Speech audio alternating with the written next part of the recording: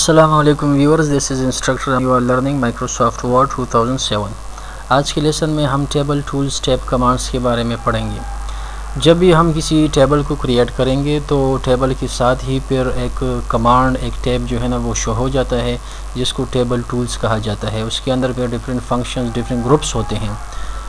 तो उन ग्रुप में से हम मर्ज ग्रुप और इसी तरह सेल साइज ग्रुप के बारे में पढ़ेंगे। इन दोनों ग्रुप्स में जो डिफरेंट फंक्शन और कीज़ है वो मैंने यहाँ लिखी हुई है। The first one is merge cells. Okay, इसके बारे में पढ़ेंगे कि हम किस तरह, मतलब ये है जो सेल्स है, दो तीन सेल्स से हम इस एक सेल किस तरह बनाएंगे, इट्स कॉल्ड मर्ज सेल्स। इसी तरह दूसरे नंबर पर स्प्लाइट सेल्स है।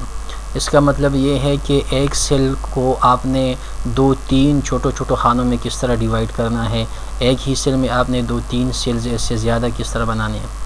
The third one is split table. Split table का मतलब ये है कि एक टेबल आपने क्रिएट किया है, फिर उस टेबल को आपने एक टेबल में से दो टेबल बनाने हैं, तो उसके लिए हम स्प्लाइट टेबल को यूज़ करते हैं। The next one is table row height.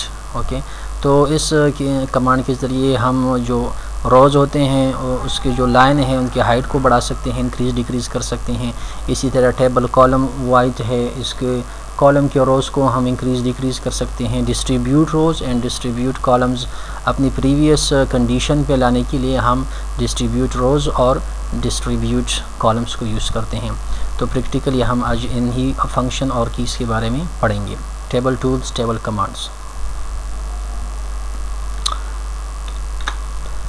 सबसे पहले हम टेबल को क्रिएट करेंगे। यहाँ से इंसर्ट टेबल, कॉलम होनी चाहिए तकरीबन 8 और रोज़ होनी चाहिए तकरीबन 15। ये एक टेबल है, ठीक है जी। अब इस टेबल में सबसे पहले जो कमांड हम यूज़ करना चाहते हैं वो है मर्ज सेल्स। ओके, मर्ज सेल्स का मतलब ये है कि जो दो तीन सेल्स है उसको आप उनमें से दो तीन सेल्स में से आपने किस तरह एक सेल बनाना है। फॉर एग्ज़ाम्पल ये फर्स्ट सेल है, सेकंड और थर्ड, ठीक है जी।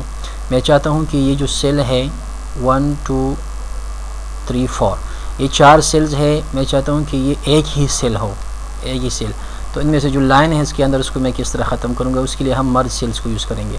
तो जब भी मैंने टेबल के अंदर क्लिक कर दिया तो यहाँ पर टेबल टूल्स लिखा हुआ है। ओके, इसमें दो टैब और जो है ना मेन्यू जो शो हो गए, एक डिज़ाइन है, एक लेआउट है। डिज़ाइन के बारे में हमने पढ़ा था प्रीवियस लेसन में।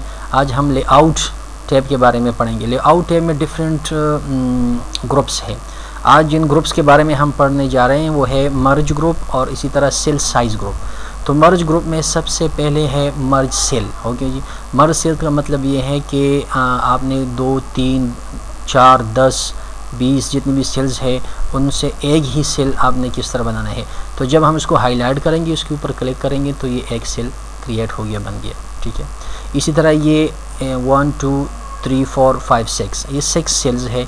मैं चाहता हूँ कि इससे एक सेल बनाऊँ, तो दूसरा तरीका यह है कि इसके ऊपर मैं माउस में से राइट क्लिक करूँगा और यहाँ पर लिखा हुआ है मर्ज सेल्स, इसके ऊपर क्लिक करूँगा तो ये एक ही सेल बन गया। इसके अंदर जो लाइंस थे वो ख़त्म हो गए।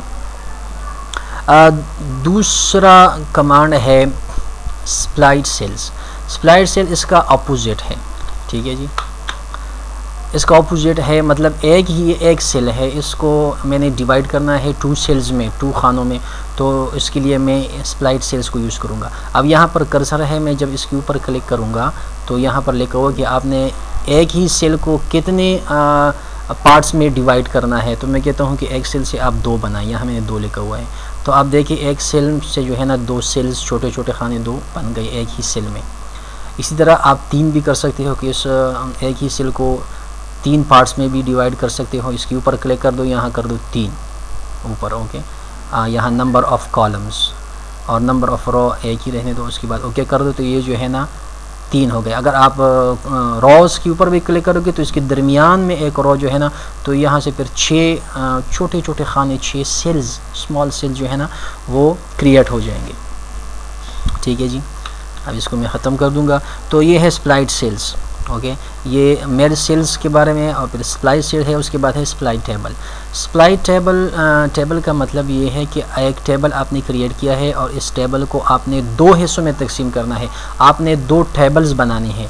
तो उसके लिए ये है कि हम जहाँ से आपने टेबल को मतलब ये है डिवाइड करना हो, वहाँ आप क्लिक कर दें कर्सर। अब यह मैं चाहता हूँ यहाँ से ये टेबल जो है ना वो डिवाइड हो जाए, 2 टेबल्स बन जाए। तो इसके बाद मैं यहाँ स्प्लाइट टेबल के ऊपर क्लिक करूँगा तो ये जो टेबल है ये 2 हिस्सों में तकसीम हो गया, एक ऊपर टेबल है और एक टेबल नीचे है, ठीक है।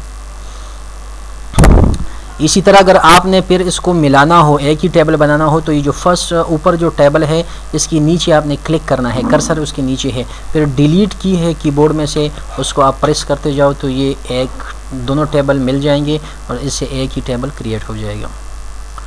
देन नेक्स्ट वन इज़, इसके बाद जो ऑप्शन है लेआउट में, ओके, टेबल टूल्स लेआउट, उसमें है रो हाइट, हो गया टेबल रो हाइट। जो रोज़ है टेबल में उसके हाइट को आपने इंक्रीज़ और डिक्रीज़ करना है। तो यहाँ पर 2 कीज़ और 2 साइन है। ऊपर जो साइन है उसको कहते हैं टेबल रो हाइट इंक्रीज़ और table row height decrease, okay. इसके ऊपर अगर मैं क्लिक करूँगा तो ये रोज़ आपको नज़र आ रहा है कि ये इंक्रीज़ हो रहा है। इसी तरह अगर मैं नीचे क्लिक करूँगा तो ये डिक्रीज़ हो रहा है, ठीक है। इसी तरह मैं कॉलम भी कर सकता हूँ। अगर मैंने कॉलम को करना है, इसको कहते हैं टेबल कॉलम वाइट। अगर इसको वाइट को आपने इंक्रीज़ डिक्रीज़ करना है, इंक्रीजिंग करना है तो इसके ऊपर क्लिक कर दो, अगर डिक्रीजिंग करना है तो इसके ऊपर क्लिक कर दो। फिर जब आप टेबल में डिफरेंट चेंजेस क्रिएट करोगे तो उसके लिए आदमी को पता नहीं चलता कि अब इसका जो मतलब ये है अपना जो साइज़ है वो कितना है। तो उसके लिए फिर हम जिस कमांड को यूज़ करते हैं उसको कहते हैं डिस्ट्रीब्यूट रोज़। तो फिर हम उसके ऊपर क्लिक करेंगे। इसी तरह अगर आपने वाइट और हाइट को चेंज करना है तो यहाँ से भी कर सकते हो कि इसके ऊपर क्लिक कर दो और थोड़ा सा इसको ड्रैग कर दो माउस में से, तो यहाँ से भी हम रोज़ और इसी तरह जो कॉलम है उसके हाइट और वाइट को डिक्रीज़ इंक्रीज़ कर सकते हैं, चेंज कर सकते हैं। अगर आपने इसको प्रीवियस हालत में लाना हो तो यहाँ पर इसको हाईलाइट करना है आपने। हाईलाइटिंग के बाद यहाँ लिखा हुआ है सेल साइज़ में लिखा हुआ है डिस्ट्रीब्यूट रोज़। डिस्ट्रीब्यूट रोज़ का मतलब ये है कि जो प्रीवियस साइज़ है उसका अपना रोज़ और कॉलम का जो अपना साइज़ है उसको शो कर दो, तो इसके ऊपर क्लिक करेंगे। इसी तरह डिस्ट्रीब्यूट कॉलम्स के ऊपर क्लिक करेंगे तो ये जो साइज़ है टेबल का तो वो क्रिएट हो जाएगा, ठीक है जी। तो आज के लेसन में हमने मर्ज ग्रुप के बारे में और सेल साइज़ ग्रुप के बारे में पढ़ा, और नेक्स्ट क्लास में जो है ना हम पढ़ेंगे अलाइनमेंट ग्रुप और डेटा ग्रुप के बारे में कि ये जो फंक्शन यहाँ पर है इसको किस तरह हम टेबल के ऊपर जो है ना वो क्रिएट करेंगे। Thank you very much for watching this video. See you in next इंशाल्लाह। अस्सलाम वालेकुम।